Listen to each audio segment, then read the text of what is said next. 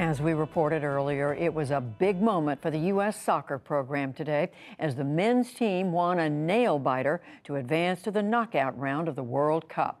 It is just the third time the U.S. men have advanced to the round of 16, and it is an important victory after the team failed to qualify for the last World Cup. Amna Nawaz looks at the drama behind today's game. Judy, by any measure, this was a high-stakes match. In a must-win game, the U.S. held on to win 1-0 and stay alive in the World Cup. But that tension was matched only by tensions off the field. Two geopolitical foes facing off, and Iran's team under a white-hot spotlight as anti-regime protests in the name of Mahsa Amini continue back home.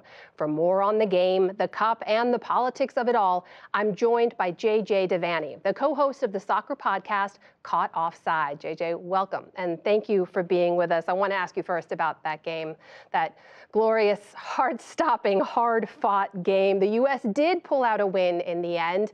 What stood out to you from the match? I thought the dominance of the first half performance. I thought that U.S. midfield once again, Musa, McKennie, Adams, we're going to be listing those names like the founding fathers by the end of the tournament. They were fantastic. They are the heartbeat of the team. We got the goal. Christian Pulisic put himself on the line. And then a second half that was needlessly tough and turgid for the U.S. And Iran almost getting that vital equalizer near the end. Yeah, second half that had me screaming at the television quite a bit. But when you look at this team, this is the U.S. men's national team that failed to even qualify for the World Cup in 2018. How big a moment is this win for them? It's huge. It's a huge moment. And when you take yourself back to that moment when we didn't qualify for Russia in 2018, the US program was in turmoil. And now it's a completely young team. There's only one member of the 2014 World Cup side that remains in DeAndre Yedlin. So the youth and the verve of this team, for them to get out of the group at their first attempt is very, very important.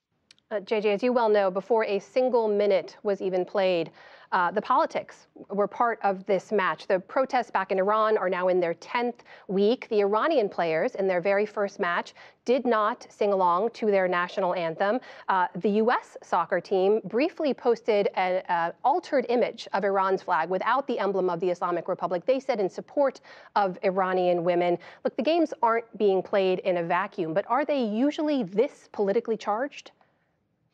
Not really. I think this tournament has really highlighted politics in sport. It was always happening. Maybe we weren't paying attention. Maybe with social media we weren't so aware. But from the minute the spotlight has been on Qatar as hosts, their human rights record, their attitude to LGBTQ plus people.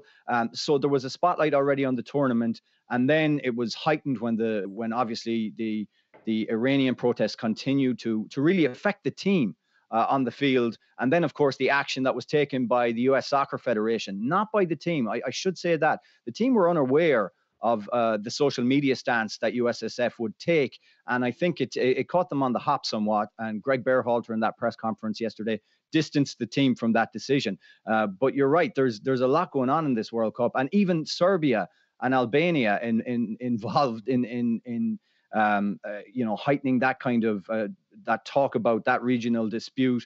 The Serbians putting a flag in their locker room before the Brazil game with the flag of Serbia and Kosovo superimposed over it. So this has been a tournament that really has highlighted geopolitical issues, and they've come to the fore. You mentioned that press conference yesterday. That was fiery, to say the least, and you saw Iranian journalists in particular putting some really tough questions to U.S. coach Greg Berhalter, also to the U.S. captain Tyler Adams. Adams was asked by one journalist if he is okay playing for a country in which there is so much discrimination against black people. Adams said this in response to that in part. He said, "There's discrimination everywhere you go. One thing I've learned, especially from living abroad in the past years, having to fit in different cultures and kind of assimilate into different cultures, is that in the U.S. we're continuing to make progress every single day. I think as long as you see progress, that is the most important thing." JJ, you've watched a lot of these pre-match press conferences. What did you make watching that one? I thought it was extremely aggressive and not usually the kind of topic that comes up in a press conference, a soccer press conference. I mean, the aggressive tone was from the start. First of all, Adams was attacked in terms of his the way he pronounced Iran, and then taken to task over, the racial injustice issues in the United States. Greg Berhalter was asked questions about the position of U.S. Naval fleets in the Persian Gulf. So this was really just a kind of I think it was inflamed by the U.S. Social media posts, and there seemed to be some kind of backlash from Iranian journalists, many of them state journalists. But you don't see that regularly. It's never usually like that. Of course, we have many more games to go. So look ahead for me. The U.S. men's national team will now face the Netherlands in the next round, the knockout rounds. Can they win? Yes, they can. The Netherlands haven't exactly pulled up any trees. They did qualify with some ease out of their group, but they haven't quite been the team that we expected. They are vulnerable, and the US have proven that they can control the ball, they can control the game. Can they score enough goals? That's the question. That's the question. We'll be watching. JJ Devaney, host of the soccer podcast Caught Offside. Thank you for joining us. Thanks for having me.